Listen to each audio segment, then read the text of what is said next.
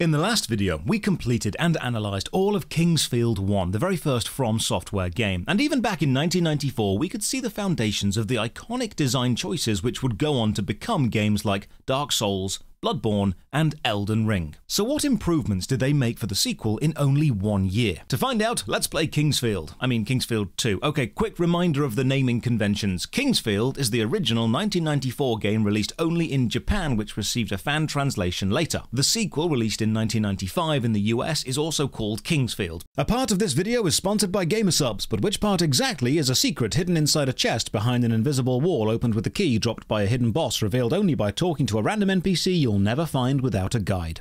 This is the game where we start to see the core systems really develop, such as refillable healing flasks, which could be considered the first Estus, transporting between save points through a rather clever key and gate recall system, and high-level bosses being accessible from the very start, similar to the Dancer of the Boreal Valley in Dark Souls 3. We also see some really clever use of different maps revealing different routes, less linear progression, and a magic system you advance through by finding crystals, with both combat and exploration utility. This is also the first time we hear of Seath the Dragon, Guyra the Dragon, which would go on to become Calamite in Dark Souls 1, and this is the game with an actual boss fight with directional blocks, stun mechanics, and a varied moveset which punishes you for being too far away. It's also the first game to feature a super rare weapon drop from an enemy, meaning grinding for equipment is now a thing. And then the whole thing ends in a virtual reality digital sci-fi style corridor realm where you fight through legions of metallic demons and then take on an electrical dragon supported by floating golden orbs of magical absorption. So welcome, I'm Josh Strive Hayes. Join me as we continue our journey through the early From Software games and ask the simple question: Kingsfield 2, was it actually any good? As usual, a massive thank you to all the supporters on Patreon and Twitch who keep the channel alive. More information on how you can support at the end. For now, let's begin. Specifically, let's begin with a voiced cutscene. A mysterious darkness conquered the island of Melanat. There was either a god or a demon who controlled the island, and no one tried to go there. A high elf in the forest told of a blue light that came down from the sky and struck the island. The blue light penetrated deep into the island's underworld. For hundreds of years, the island had been carved by people who were challenged and destroyed by the island's energy. Legends say, never approach the island, for a sleeping beast in the darkness waits for a great awakening.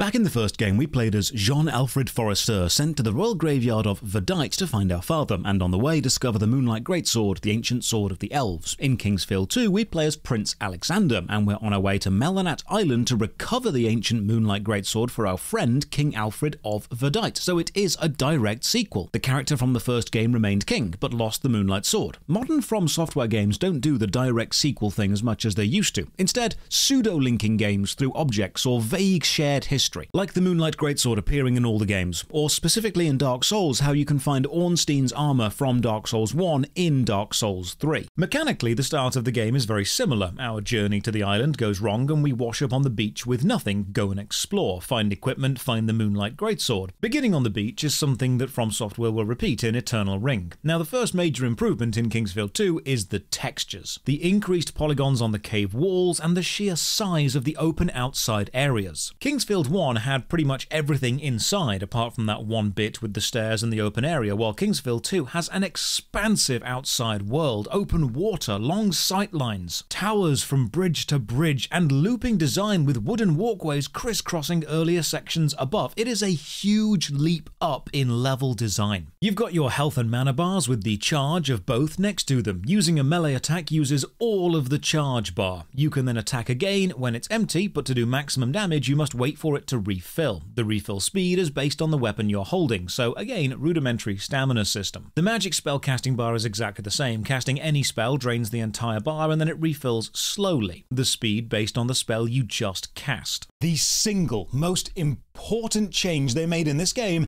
is that you can run. Running, however, drains both your melee attack and magic attack bars.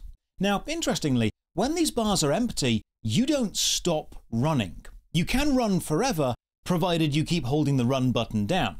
You can't restart if these bars are empty, but they only recharge when you do stop. So we're seeing the start of a stamina system which affects both combat and movement. You start with a pretty useless knife and no magic. We'll explore magic soon. The stats menu is pretty much the same, offense and defense stats, still no stats shown on weapons or armor individually. You need to equip them and then kind of remember and compare. But there is a new equipment slot, accessory, similar to rings in Dark Souls or talismans in Elden Ring. From the start, be careful not to fall into the sea, because you will die. Respawning at the start of the game with nothing, so don't go into the water. Or stand in front of the giant kraken. Or try to fight a dragonfly. Or get slapped by a fish.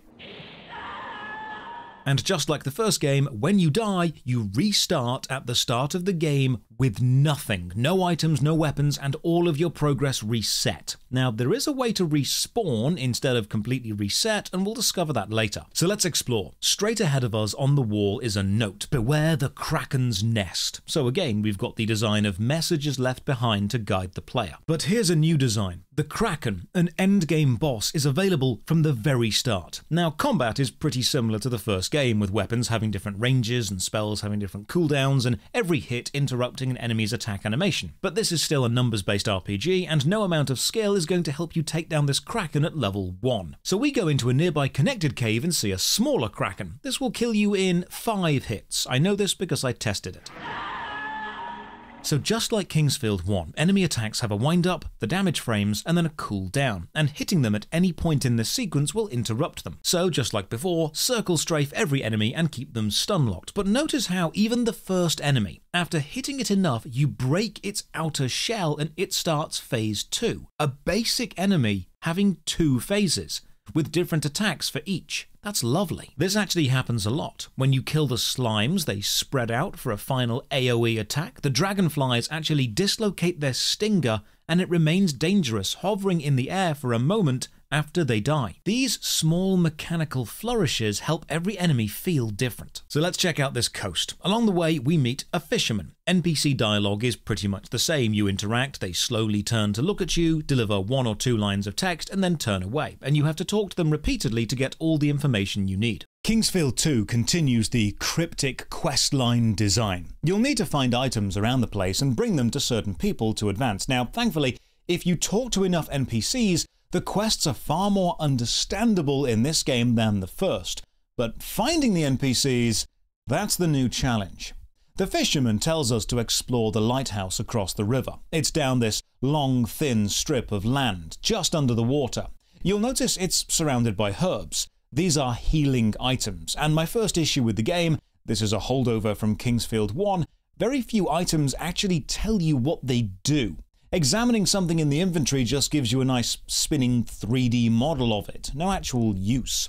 Items with uses like herbs can be assigned to the select key, so you can now heal in combat without needing to open the menu. At the top of the tower, we find our first fire crystal, and this introduces us to magic. Once you've found a crystal, use it from your inventory to learn a spell. When you use your first crystal, wherever you found it, you'll learn the first spell of that element. So spells aren't connected to specific crystals, they're connected to the amount of crystals of that element you've found. So if you want to learn the 3rd water spell, you need to find 3 water crystals in total. Some spells, mostly combat ones like Fireball, can be assigned to the magic button, which is square. Other spells can be used by opening the menu and going to the Cast Magic option. These spells are usually support spells like Healing Poison or casting ambient light. Weapons, like in Kingsfield 1, do have hidden magical attacks inherent to them, but this is a high-level thing we'll have a look at briefly later. You gain experience by killing things and eventually level up. Like Kingsfield 1, you can't assign points anywhere, you just get better at everything. And once again, there is a hidden number tracking all the damage you do in both melee and magic, and when either of those numbers reaches a threshold,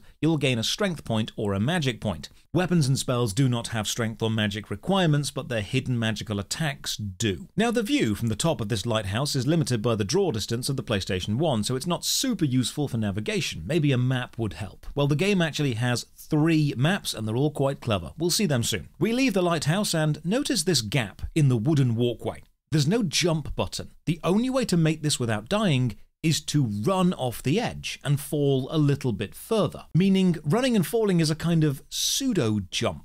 I like this. It shows they've thought about the new run mechanic and found a way to actually involve it in exploration. And to be fair, From Software wouldn't really understand jumping until Elden Ring. Sprint past the Kraken, take down a dragonfly, and get 1 gold coin for our troubles. There are a few shops in the game, but most aren't worth using. Every good weapon or armor can be found in the world. And the one shop you will want doesn't use gold as a currency. It uses large crystals. Speaking of better equipment, we find a short sword, our first upgrade. And is there a secret room behind the waterfall? Yes, there is. But here's an interesting graphical limitation. The water of the waterfall is solid. You can't walk through it, which is strange because you can walk through textures in the first game, but not in this game. In the cave, we find some skeletons, get 1 hit, and die, so maybe don't go this way yet. And again, restarting means go and get the fireball again and the short sword again. So let's just discuss the hidden combat system. You equip a weapon and swing it. That's pretty simple. For magic, equip a spell and cast it. If you are of the correct strength and magic level, you may be able to use a weapon's hidden art. To do this, swing the weapon and then try and cast a spell at the exact moment the weapon would hit the enemy. If the weapon has a magic art,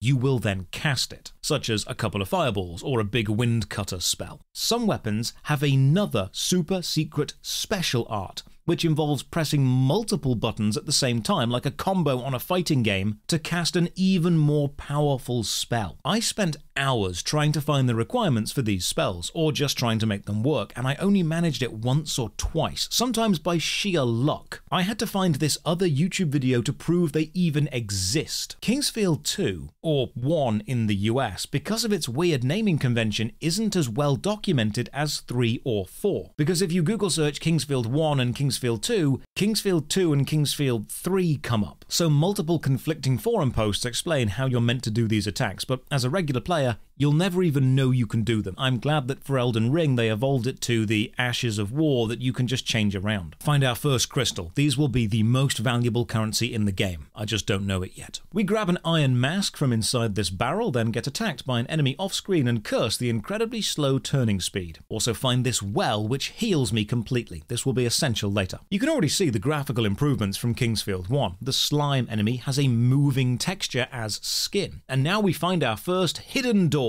So just like the first game, hidden doors are everywhere, except this time they aren't invisible walls that you hit or find and can then phase through. They're actual doors built into the wall. Behind this one is a powerful skeleton, and our first shield, which is exactly the same as the first game. Remember, shields don't actively block, they're just a passive defense increase. New enemy, Angry Watermelon. Just like the first game, these are poisonous. You can tell when you've been poisoned because the screen will start to flash and your condition in the menu goes from good to poisoned. But here is a really nice touch. Those slime enemies that I've been killing, they are actually anti-poison. If you stand next to one and let it hit you, yes, you'll take some damage, but it will also cure your poison. So now you've got an enemy with a mechanical use. So you don't actually want to kill slimes, they're more useful alive. It's worth noting here that Kingsfield 2 is much larger than Kingsfield 1, about 3 to 4 times the size, and the game had printed guidebooks made for it. You can still find maps online, but information on this game is sparse compared to the first, or the more popular, third or fourth. Physical printed books of this game are collector's items now, going for a decent chunk of cash on eBay. Inside the cave, a note on the wall says Al Hunt sells herbs. I do not know where to find Al Hunt, but flipping this switch on the wall extends a bridge over a pit, and on the other side we find our first human enemy, a soldier with a halberd. Large reach, high damage. This reinforces the game's main combat trick: dodge in, hit, dodge out. Up the steps we find some ghosts, angry white worm-looking things. Easy to stun but high health, and leveling up in this game seems easier than the first. Or maybe I just know what the game expects of me now. Fight on and find a pair of boots. Now, the game has a lot of maze-like corridors and dead ends, but thankfully most of those dead ends have loot, items, or equipment, so exploration is always rewarded. And then the ghosts have respawned. Just like Kingsfield 1, enemies respawn whenever you're not in the room, so grinding levels is easy, but you can't clear out an area like you'd come to expect in Dark Souls or Elden Ring. Leave the caves into the first of several villages. There's even a skybox for the outside areas now, and we meet Al Hunt, the herb seller. We can sell things to him too, like the crystal we found earlier, or weapons we're not using. He also sells a feather called Seath's Plume, and this is the first instance of the dragon Seath, who would go on to become Seath the Scaleless in Dark Souls 1. The broad plot of Kingsfield 2 is the island we're on was inhabited by elves many years ago, and two great dragons rule over it, the good dragon Seath and the bad dragon Guyra. They both had a lot of treasure, and then some guy called Necron arrived and is now seeking the ancient swords. Seath is connected to the Moonlight Greatsword, and Guyra is connected to the Dark Slayer. These swords are actually shown on the game's box cover art. And many people believe the dragon Guyra would be renamed to Calamite and used in the Dark Souls 1 Artorias of the Abyss expansion. The one thing this shop sells which I need is the miner's map, but I can't afford it. So the next question: can you kill NPCs? I start attacking the shopkeeper and it's kind of odd. He does seem to be taking damage as I gain a strength level from hitting him, and each hit is very slowly moving his model away and the table he's sat at. But he doesn't seem to respond to being attacked, and I mean, I do this for a while. Another healing fountain, and this NPC says she's looking for her brother. He came here 2 years ago and she still hasn't seen him. We then find some new enemies in these termites. And then, as Kingsfield 1 has conditioned me to do, as I am rapidly pressing interact on every single wall to find any secret door anywhere, I activate a hidden switch in the wall, which opens a small section, and powerful spears shoot out and stab me. So Kingsfield 2 has hidden traps as well as hidden doors. We can really start to see the famous From Software difficulty starting to take shape here. Later, we'll even find the most rudimentary form of mimic chest. Outside, we jump into this pit, survive, and find a rhombus key. These are interesting. Certain doors need a rhombus key inserted to open. There's a keyhole on both sides of the door, so be aware that heading through, you will need a second if you want to return. But the game breaks from convention here. I assumed placing a rhombus key into a keyhole would be a permanent thing, but no, you can take them back out and use them elsewhere. This means finding all the keys and then switching where they are turns the whole game into a massive looping maze which you can indeed lock yourself into if you're not careful.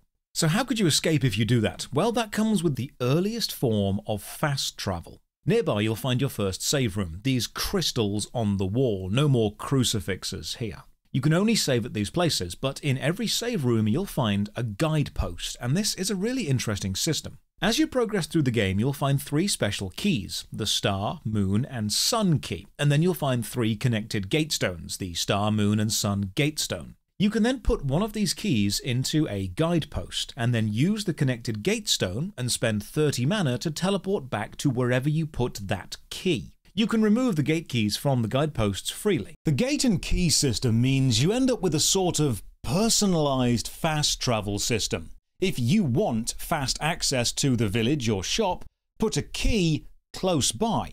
Then when you move deeper into the game, take that key out and put it in the next guidepost you need. This custom 3 changeable travel location system feels like the foundation for the bonfire travel system. It feels close to the warp gates from Soul Reaver. Fight a few human enemies, get stun-locked by a few of them, and die. Kingsfield 2 is hard. Using a rhombus key on the door isn't as simple as interacting and being asked if you'd like to use a key. You need to open your menu and use it from there. And then behind a wall we find our first dragon crystal, one of the most useful and rare items in the game. Dragon crystals can be used from the menu to fully restore your health and mana, but they have a better use. Remember how when you die you restart the game? Well, provided you've activated the Fountain of Seath, which we'll do soon, and have a dragon crystal in your inventory, If you die then, the crystal will be consumed and you will respawn with everything at the fountain, effectively making them the same as the dragon seeds in Kingsfield 1. We find the first of 6 military garrisons. We kill a soldier for a jail key and then find our first archer enemy who is not smart enough to run away. Using the jail key, we unlock this cell and find a hidden wall in the back leading to a ghost-filled cave. And if these hit you, they inflict slow, and now turning is even more tedious. I really am blown away by how in only 1 year the texture and jagged shape of these caves pull this game leagues ahead of Kingsfield 1 graphically. And oh good, poison breath snails, which shred my health. Circle strafe them and be aware that hitting the shell does nothing. So now enemies have body parts which don't respond to damage but do still take physical space. That's interesting. More bridges and we arrive at the South Village. Graphically pretty similar to the North Village, but this one has a shop selling way better weapons. And I like how you can see the 3D models of each weapon and armor piece. This format feels very Armored Core. Another From Software game I've covered on this series. Another sign then welcomes us to the small graveyard, and down here a ghost inflicts dark on me, reducing my view distance significantly. I'm learning by now that Kingsfield 2 is much more of an exploration game than the first, very RPG. So I head back to the start and fully explore everything, finding this cave behind the first fisherman that I missed earlier. There's a chest at the end of the hall, so I head down and yep, trapdoor in the floor, dropped into a pit of slimes. This is the game that From Software said, right, traps, what can we do? And then in a chest at the end of here, you find the Pirate's Map.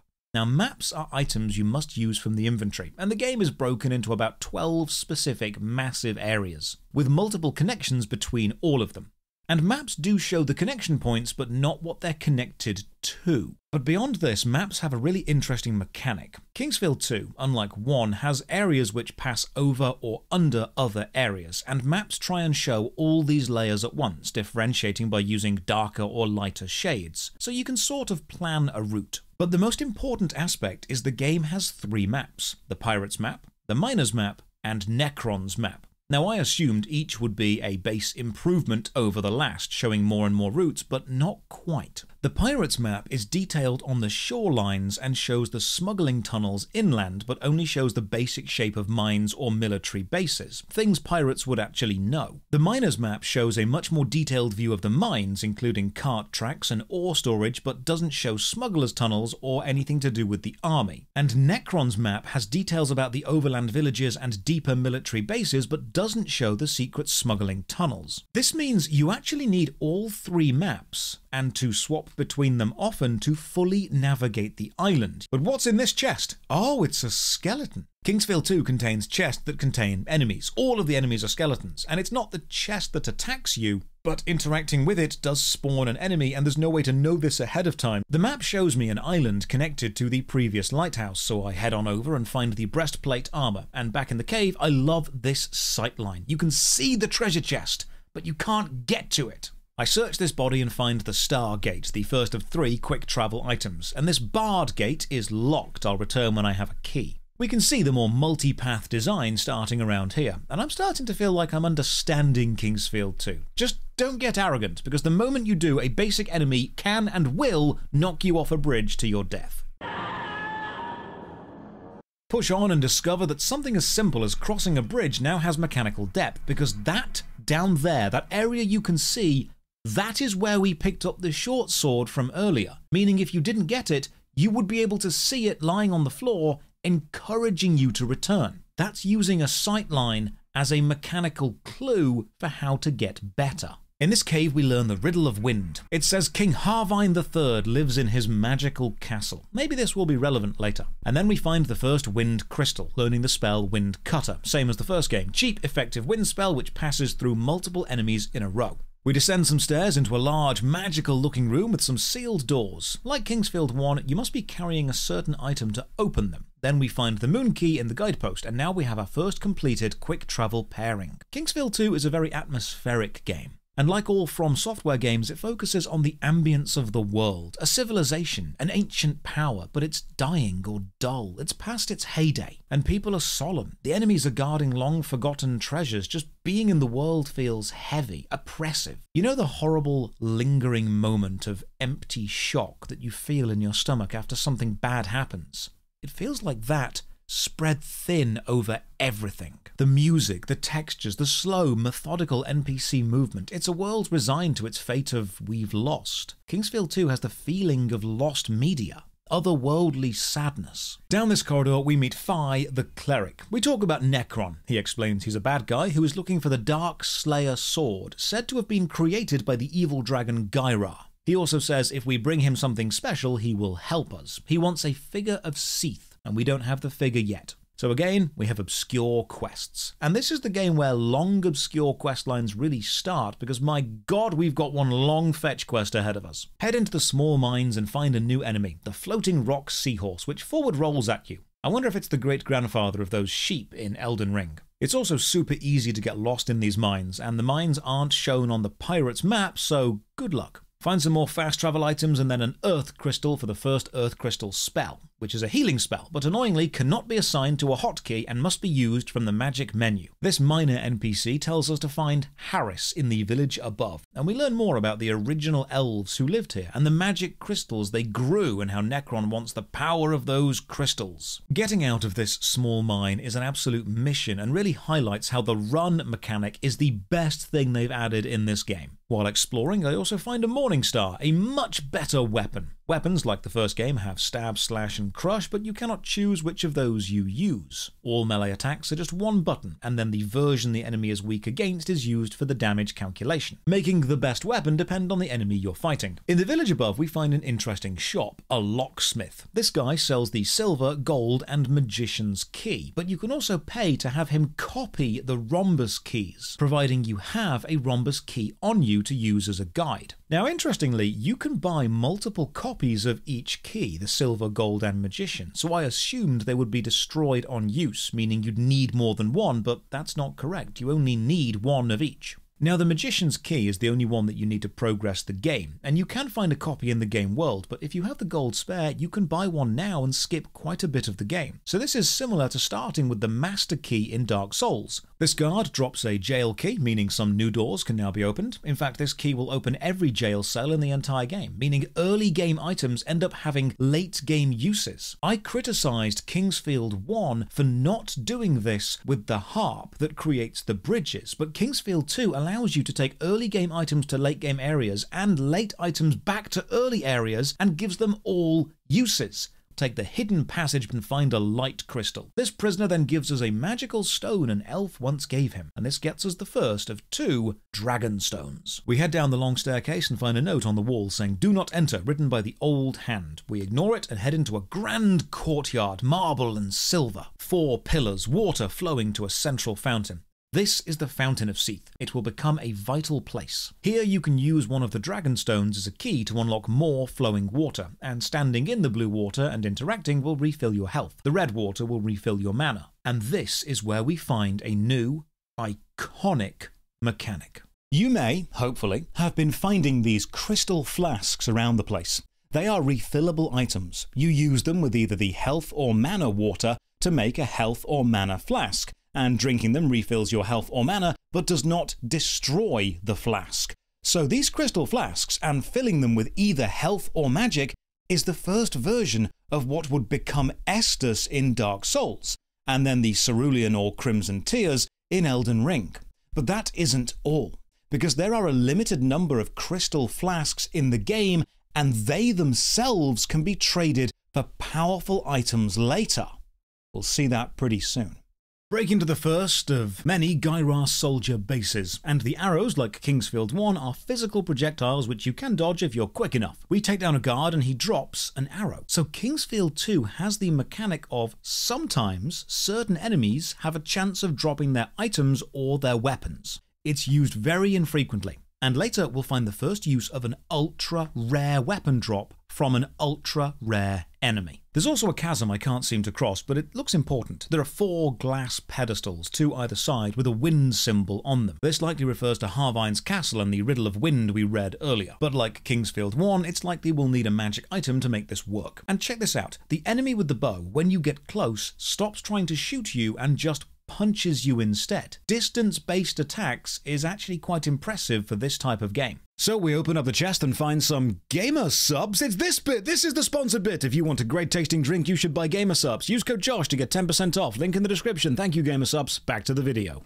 Through the fortress, we find the central village, but no one here trusts us. We learn a guy called Sandler disappeared recently, and until we can prove we didn't take them, we are a suspect. We even meet Sandler's mum, and she says he went into the termite's nest to look for treasure. Thankfully, the nest is close by, just down this corridor, in fact. Have a quick fall through the floor, and we are in. I can see on the map the termite's nest ultimately loops round and connects back to the central corridor by the large soldier base, so exploring here should be pretty easy. In the depths of the nest, we even find a golden tree, and behind it, the Mirror of Truth. Facing something and using the mirror from the menu tells you about that thing. It also tells you where you are. Pretty much only useful if you're trying to piece together the murky plot points into a rather coherent story. This is also the first golden tree in a From Software game, which likely goes on to become the Erd tree in Elden Ring. The termite's nest is an impressive open room with a ledge around the edge, and endlessly spawning termites walking from the edge and dropping down onto us. We find a note on the wall saying, "They can be attacked by a bow. Combat hints as notes. Thank you, From Software." Eventually we find the termite boss, this giant one, blocking a tunnel behind them. The issue here is you need to dodge in, hit, and dodge out before being hit, but endlessly spawning smaller termites will block you in. So if you're not careful, you can get trapped into a damage loop, and remember at this point, dying means restarting the game. Take out the ads, take what chances we can to jump in with some damage, and eventually kill the Termite King, and behind them, find the missing kid Sanders. He gives us a pirate key and says we can find great treasure with this.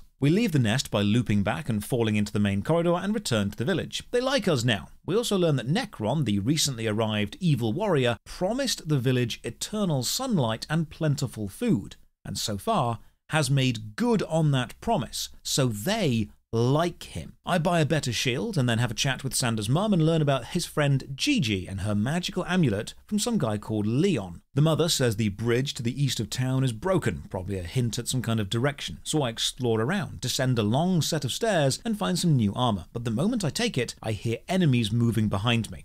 The Bronze Knights. These can cast spells. They're tough, but circle strafing is the ultimate cheese. I find a few more locked chests and try the pirate's key, but that's the wrong one. Bit of a design issue here. The game doesn't tell you which key a chest needs, and they're not visually distinct, so you must try every key every time. Do you want to know more about cliffs? Then come and speak to Cliff Lore. Find some more strange sealed doors and then meet the best shop in the game, Rad Bilheim. Remember those large crystal chunks you've been finding? Well, this guy trades them for crystal flasks. 2 chunks for a new flask. This is fantastic. I can trade over a load and increase my flask count. But there's even a flowing health river nearby, so I can refill them as well. This is great. But what was the pirate's treasure? The one that Sandler mentioned when giving us the key. Well, if you run all the way back to the start of the game, use the key he gave you on this chest and you'll get another crystal flask. And those barred doors from earlier? The pirate's key gets us into them. Skeletons drop in from traps in the ceiling, and a room with 6 treasure chests holds 3 bits of treasure and 3 mimic skeletons. Just like Kingsfield 1, you can find the green gems called Verdite. These increase your magic level permanently by 1.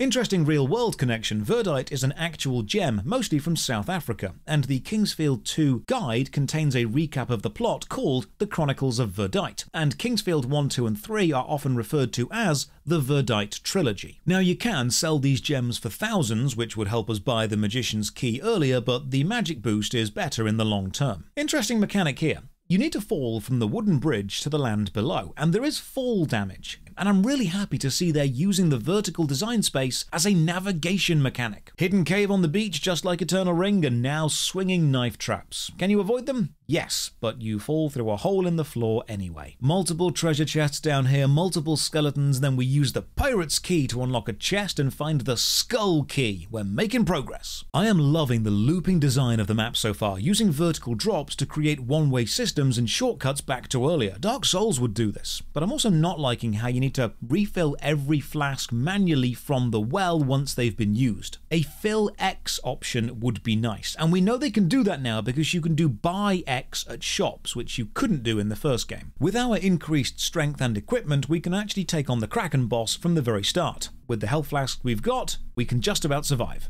And killing it opens up the cave behind it, which is still way too hard, because enemies in there have homing magic attacks. The Kraken does not respawn, however, giving us the first world boss style enemy. Our newfound power lets us go back to the waterfall cave from earlier, beat up the skeletons and use the skull key to stop the flow of water within, unlocking a deeper part of the cave with a water magic gem and another elven dragon statue. This is the second dragon statue and means we can unlock more of the waters of Seath's fountain. That means remembering how to get back there. I do have a map, but remember it's not complete, so this is mostly remembering where all the hidden passages are. Back at the fountain, we place the statue into another slot and unlock more magical water, different colour this time, and now a really interesting choice. You can fill your crystal flasks from the purple water and make mana flasks, or the blue water and make life flasks, but notice how the fountain itself is now filled with gold liquid. If you refill a flask from the fountain, you get a gold flask, and this restores a medium amount of both health and mana. We can unlock more doors within the central fountain area now, shortcuts to earlier places, and a new route. We can find the fortress, which is north of the Termite Boy village. This leads to Harvine's castle, surrounded by lava, so how do we get in? We find a plaque about King Harvine III, ruler of the northern continent. We find a few rickety bridges, and hey, the wall faces from Kingsfield 1 are back, but now they shoot fireballs. Fantastic. And a new enemy, the headless skeleton with a scythe. Flashbacks to hours of grinding for a grave scythe in Elden Ring, and eventually I die.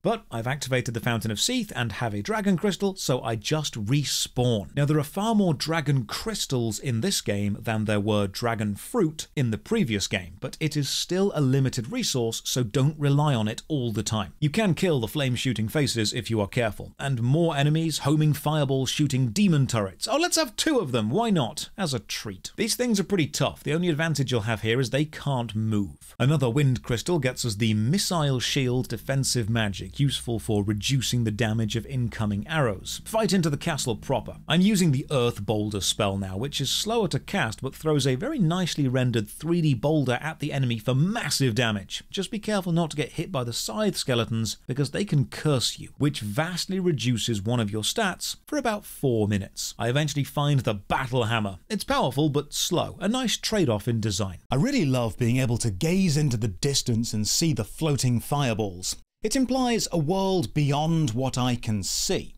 Like this isn't the edge of a video game as much as part of a much larger place.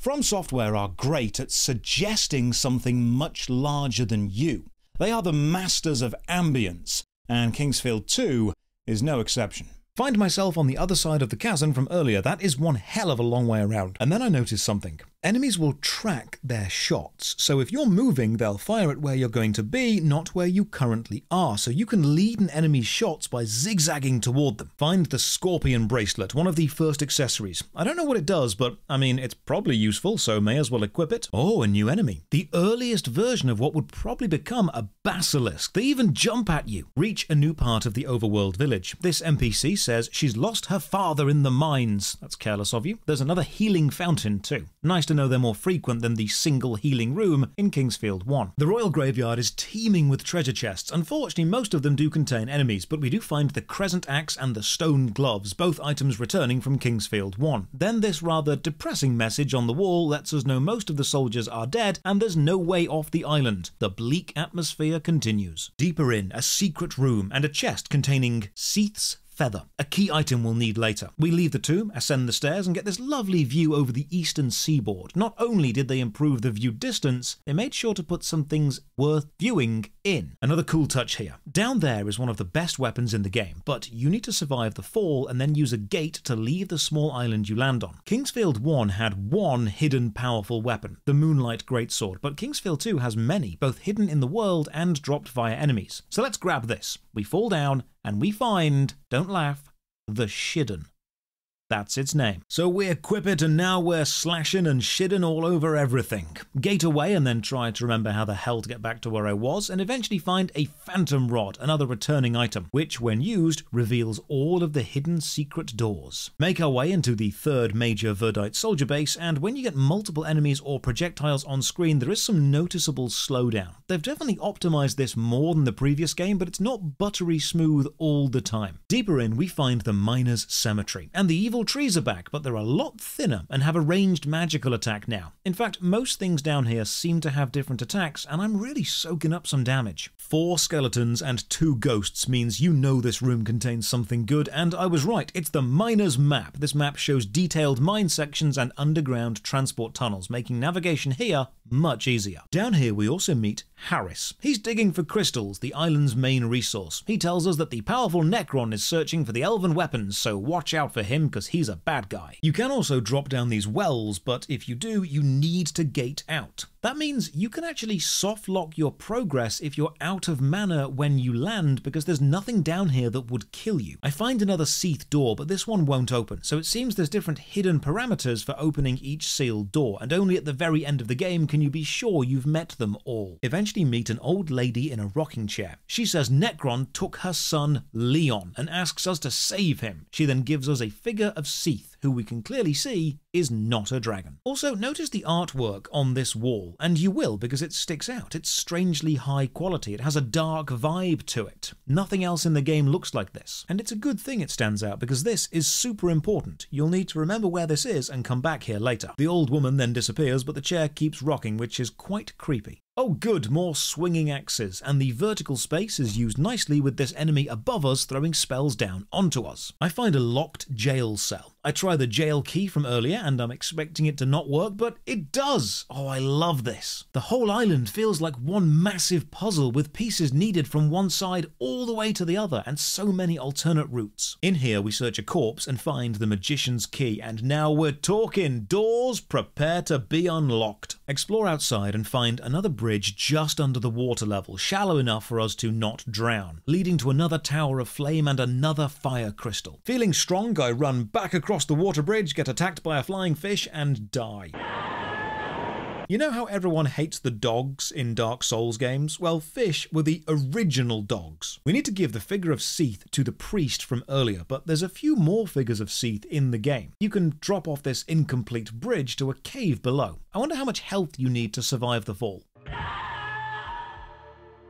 We can conclude it is more than 23. The second figure of Seath is hidden in a hole in the wall, and on the way back I trade in some crystals for some more crystal flasks, which is good because we're about to lose those flasks. When you return to the priest, you can trade the figure of Seath for the moon gate, so we've got more fast travel choices, but old priesty boy has more items. He says he'll trade us Harvine's flute for 3 crystal flasks. And this is important, so we need to do it. But he then says, if we want to trade 3 more, we can get Necron's map. And I do want that. So now we are 6 flasks down. Permanent refillable healing items, and they're just gone. But we've got a magic flute and a good map. That's a good choice to give the player. Safety or navigation? Which do you want more? I pick up all the keys I don't have and then head back to the termite kid's house. We can unlock most of the chests along the way now. With the flute, we can open a new way to travel. Remember those standing crystals we've been seeing around the place with the symbol of wind on them? Well, stand between them and play the flute. You'll summon an ethereal temporary staircase. But be quick because they don't last long. So following these, we can reach the roof of the castle, running along the ghostly stairs. And on the roof, you could drop down this central hole and find a decent ring. Just make sure you've got mana to teleport out. Otherwise, welcome to another soft lock. We've now got all we need to head to the big mine. Using Necron's map, we can see this mine has minecart tracks. We even get to ride in them a bit. And more hidden items like the scorpion bracelet, but we found that earlier. Interesting fact, the game will give you multiple chances to find the same item. The minecart ride itself is an on-rails section. You can hop out wherever you like. You can still cast spells while in the minecart. Just be aware that you can also be hit by arrows, which will knock you out of the cart to your death. You can choose to use the Protect from Missiles spell, but that adds this flickering green effect to your screen for 2 whole minutes. They did this in Eternal Ring too. I'm glad they moved away from this overwhelming visual design, and for future games ended up with small icon in the top left to show what effect is currently active. Navigating the mines is annoying, so I'm sticking a fast travel gate here so I can come back whenever I need to. Jump off a minecart in the middle of its journey in this small room, take out some guys with bows, and you'll find a light crystal, giving you one of the rarer spells. I test to see if you can walk on the minecart tracks, and it turns out, no, you cannot. Ride the cart to the end of the tracks and enter the main section of Big Mine. We learn there are 3 main places inside: the Cave of Poison, the Cave of Darkness, and the Cave of Earth. There's also the rumoured 4th Elf cave, but no one knows how to get there. On the floor, we find Harvine's key, looking like an old-school Freemason's compass. We then meet a miner who says his family was given Harvine's key, but they lost it. And I think this was meant to be a cryptic NPC hint that I needed to look for the key,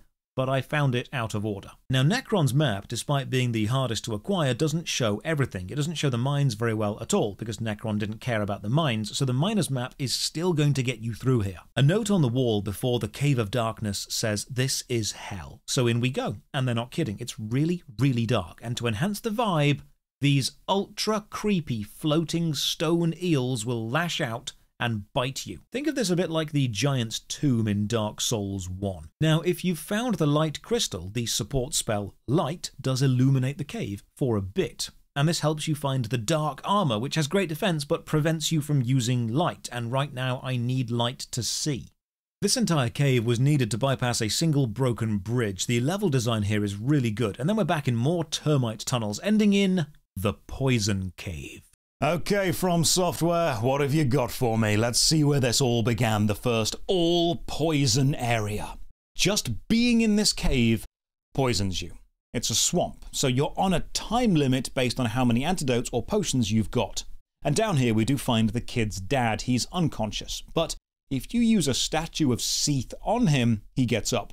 And he says, when we're next in his village, come and say hi, and he'll thank us for rescuing him.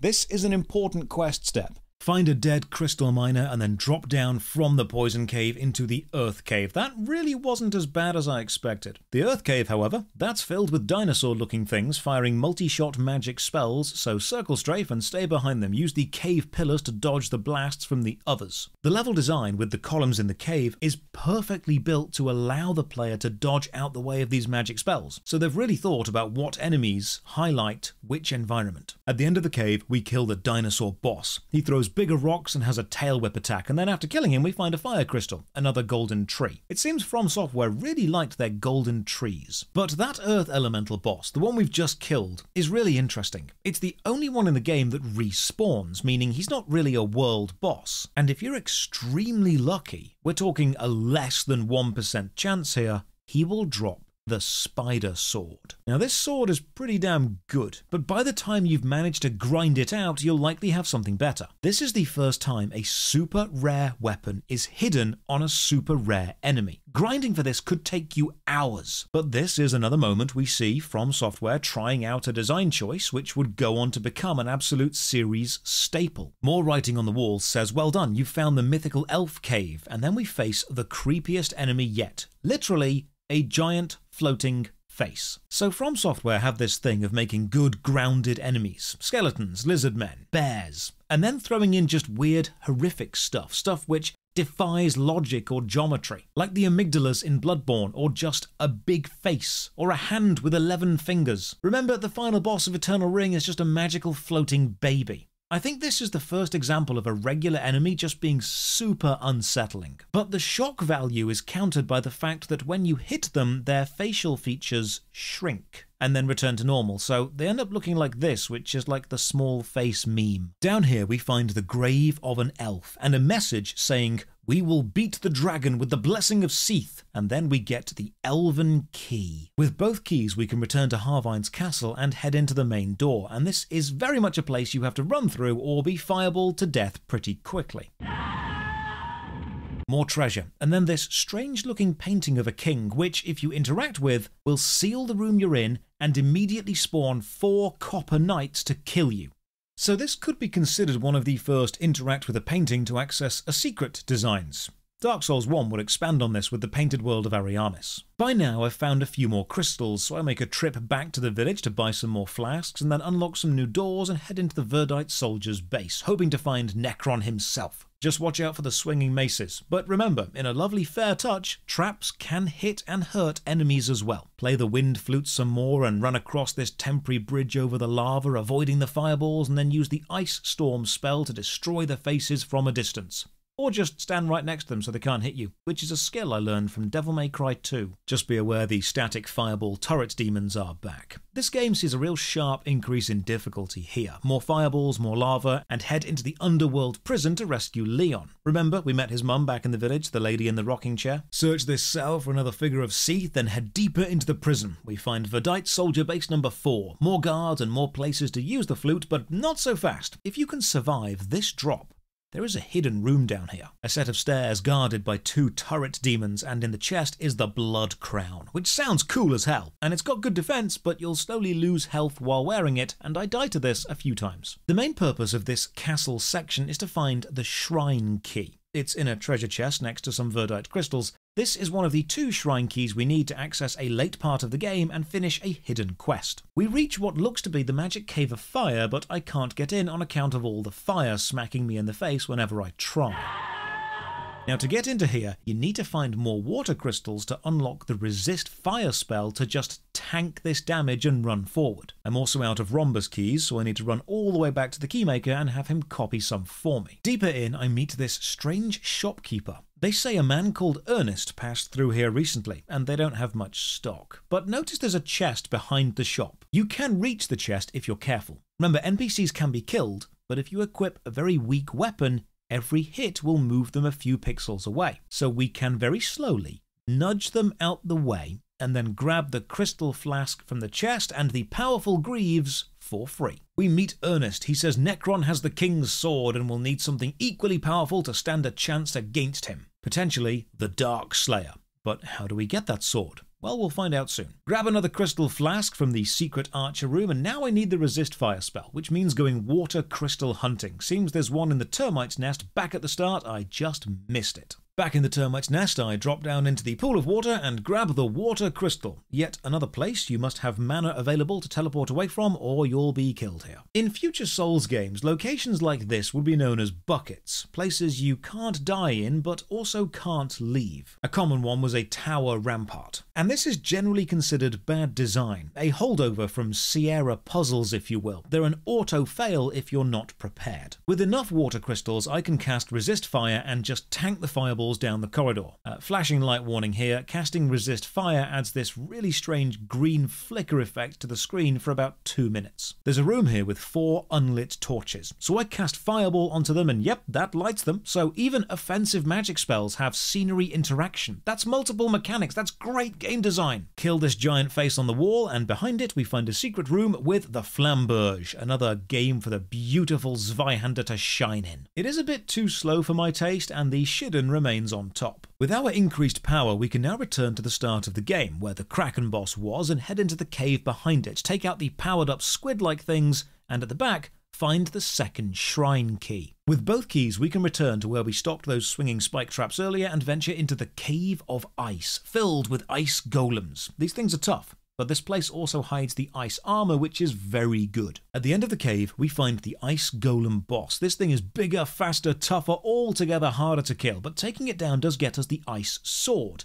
and after he dies, the ice in the cave melts, revealing a new path. We grab the crystal shield on our way out and leave into a new part of the fortress. I spot this grand, imposing door with a strange lock mechanism before it. I try to open it and instead trigger a pitfall trap, dropping me onto some red slimes, and eventually I find this cryptic message. When the warriors stand up, the great door will be opened. And this leads to another poison cave area. Thankfully, the Pirates map has this all fully mapped out so we can escape pretty quickly. Essentially, trying to open that door without solving the puzzle always drops you into this big poison trap. So how do we actually open the door instead of triggering the pit trap? Well, notice the 2 giant cogs just before it. Put a shrine key in each of those, but that's not all. You now need to spin them until the correct symbols are in the correct position, and there are multiple symbols on both. So how do you know what position that is? This actually stumped me for quite some time. But the cryptic message from earlier, 2 warriors standing up. There's only one place in the game I've seen 2 warriors standing up. That picture, all the way back in the village house, Leon's house. So let's go all the way back. So I spend 15 minutes running all the way back across the island just to get back to this house, and you'll notice the picture has 2 symbols on it, one for each warrior. Remember those. Then head all the way back and spin the wheels to match those symbols in the middle. This gets us into the Elven Tomb and more massive magical face enemies.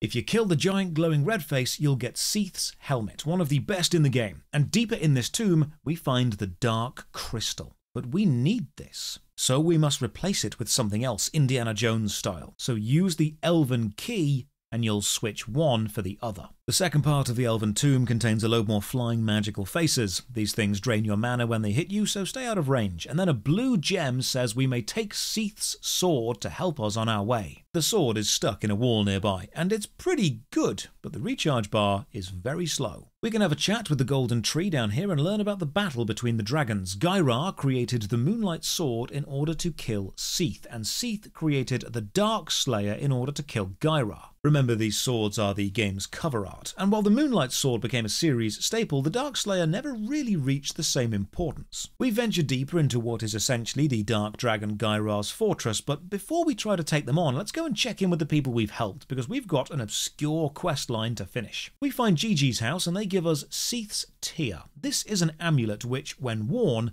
will allow you to mitigate death by instead spending a statue of Seath, refilling you instantly to full health wherever you are. But for the best questline, you have to return to Leon's house from earlier, the guy we freed from jail, and talk to him until he asks about the Dark Crystal from the Elven Tomb. He says he can make a sword from it. In fact, he can make the legendary Dark Slayer, and he will give it to us for free provided we use it to kill Guyra. So we give him the crystal and he says he needs some time. The amount of time it takes is however long it takes you to gain exactly 1 level. So I run around and find a corridor with 4 big doors in it, each leading to a giant version of a regular enemy, starting with a big bronze knight and then a giant ice golem. You need to kill these in order, and they respawn. So this is a great grinding spot. We gain the level, return to Leon, and he says, yeah, good news and bad news. The good news is, he has finished and made the Dark Slayer. The bad news, Necron turned up, took it from him, and then ran away. So cool, let's go find Necron. Guyra's base is pretty complicated, lots of archers, sightlines, lava, and then this moment. I run across a lava-filled room, and as long as you're running, you'll skip from safe bit to safe bit and not die. And at the end I discover a giant Cyclops skeleton. I love how many really strange one-off events happen in From Software games, just never explained. So we talk to the skeleton, and he tells you he serves his master Shaddam, then gives us the strength collar and dies.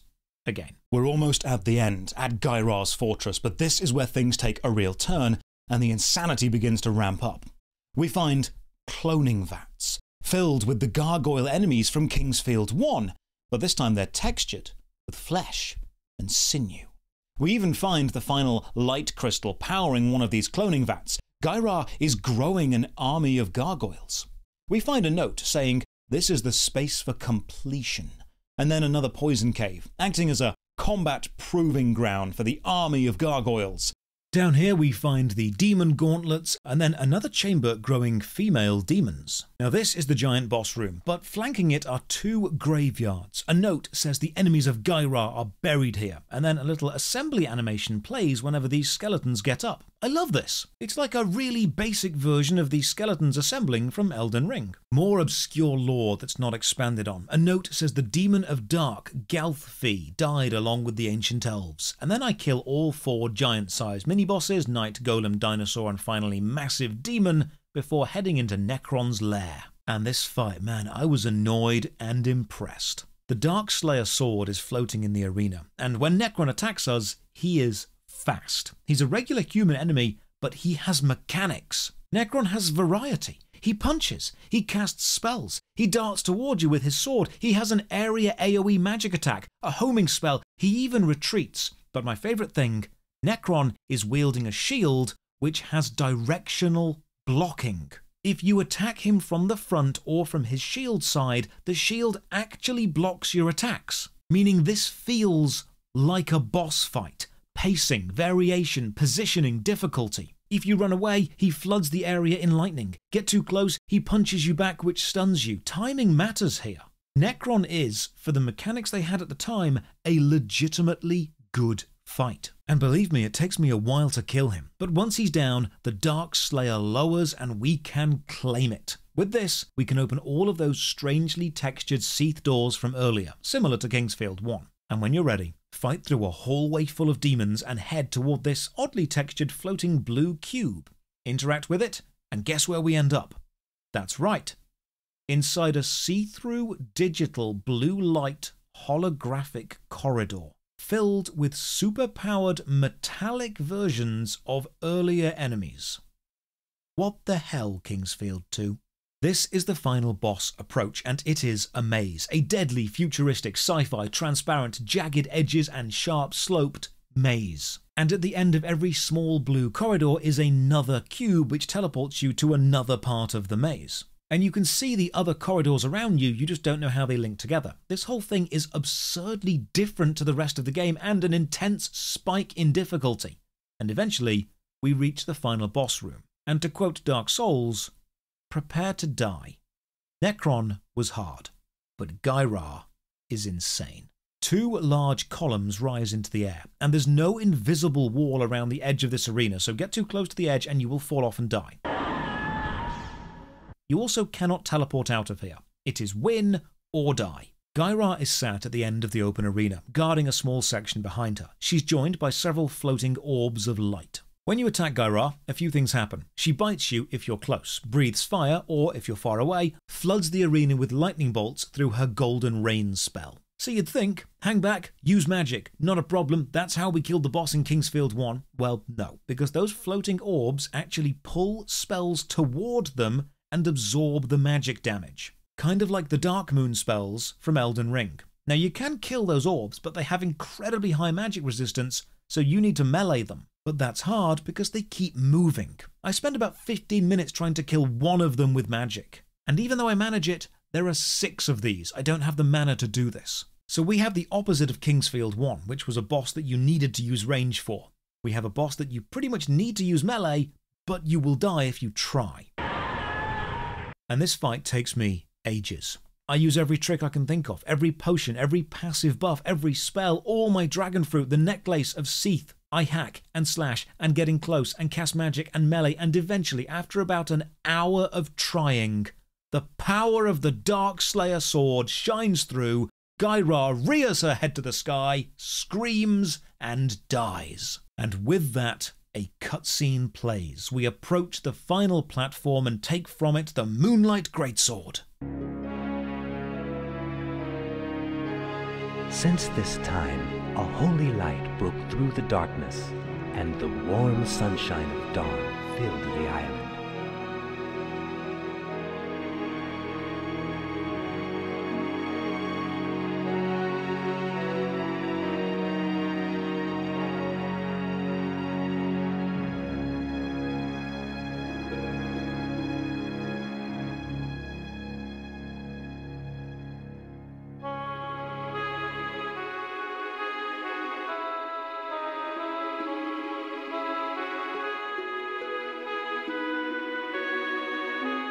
Alexander looked to the heavens and began to feel his spirit glow inside him. He began walking again. Now that he possessed the Moonlight Sword, he had nothing to fear. With this sword, he was more powerful than the gods or the demons, for all knew that he was the chosen man with the chosen sword.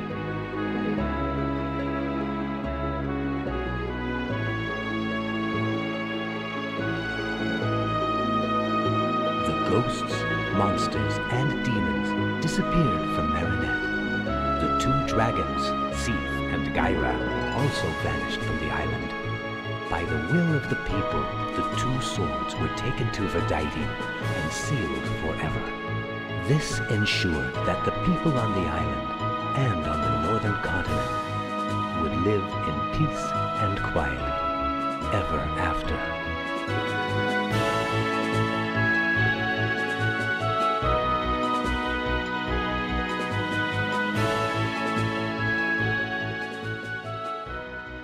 Do we get to use it? No, that's the end of the game. Roll the credits. But I have to admit that seems a bit dumb, not letting us use the iconic sword. Well, you can. You just need to sort of glitch it a little bit.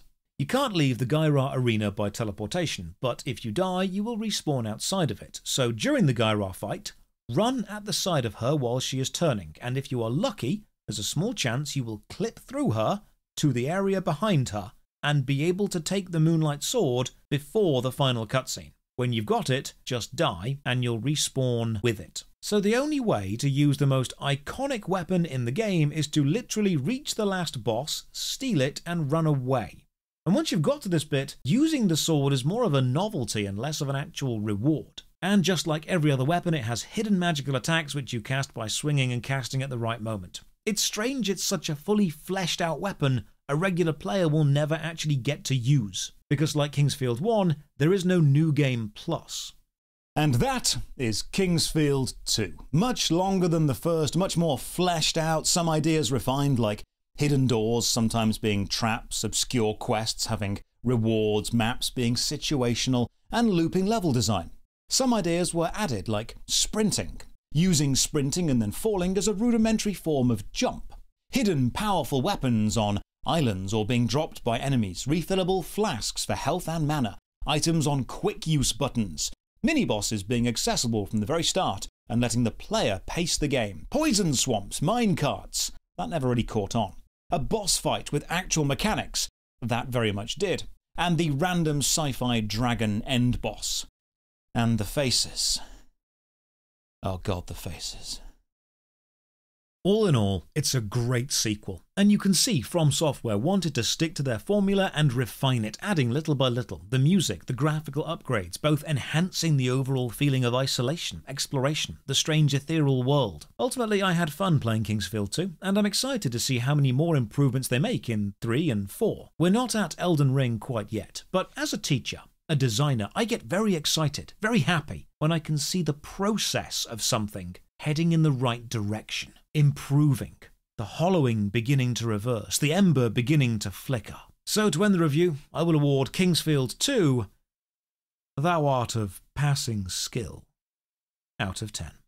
Cheers for watching. Another massive thank you to all the supporters on Patreon and Twitch who keep the channel alive. You can support from only £1 a month. Check the video description for links to the Patreon, Twitch, Twitter, and our Discord. And as always, remember,